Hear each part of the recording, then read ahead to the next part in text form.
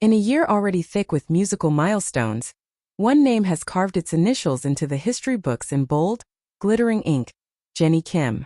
The BLACKPINK star, known for her magnetic stage presence and unpredictable solo artistry, has just achieved what many believe to be untouchable. Her solo single Like Jennie has officially surpassed Lady Gaga's Abracadabra to become the most streamed song of 2025 by a female artist. A record not only historic for Jennie but seismic for the entire K-pop landscape. And it's not just a streaming crown, it's a cultural coronation. When Like Jennie dropped, it didn't feel like just a song.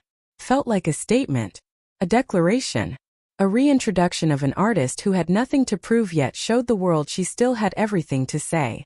In just weeks, the track stormed across Spotify, YouTube Music, and Apple Music, dominating playlists and challenging even the most streamed English-language tracks globally.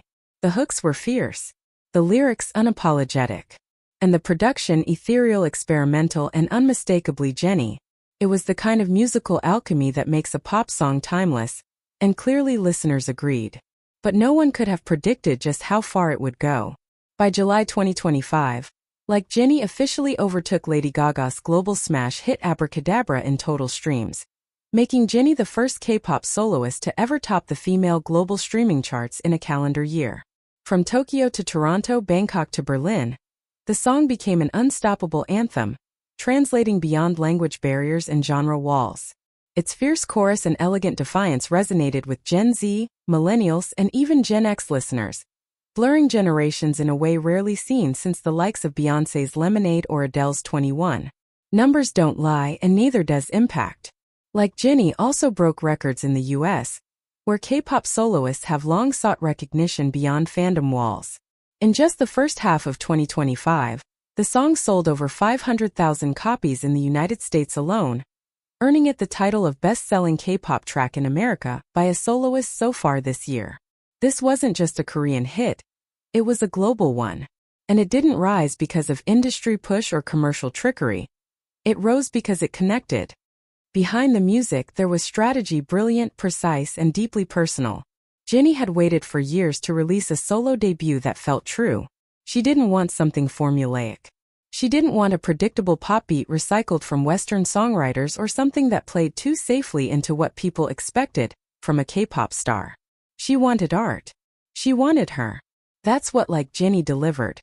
The sound of a woman who knows who she is, who embraces contradictions, who doesn't shrink herself to fit into boxes created by the industry.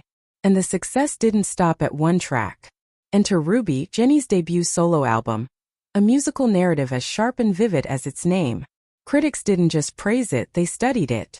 Billboard called it the most cohesive and emotionally intelligent K-pop album in recent memory. Rolling Stone ranked it as a blueprint for global K-pop solo artistry.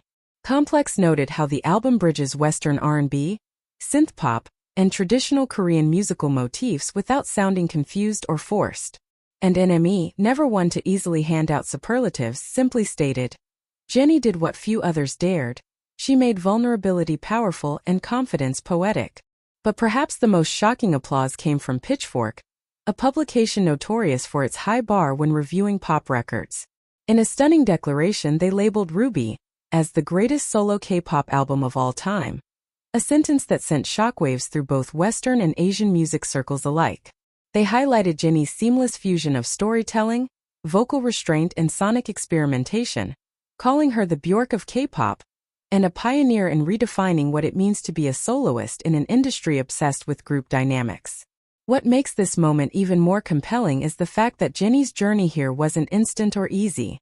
She had her own shadows to confront: industry pressures, impossible expectations, internet gossip, and long periods of silence that fans interpreted as absence. But Jennie wasn't absent. She was building. Quietly. Meticulously. She was shedding versions of herself that no longer served her and stepping into a space that was finally hers. Not just Jennie from BLACKPINK. Not just Jennie the fashion icon, but Jennie the artist. And as she stood at the top of the streaming mountain, beating one of the most influential pop figures of all time, it wasn't just about stats anymore. It was about symbolism. It was about what Jennie represents. A shift. A moment. A message to young artists that authenticity still wins.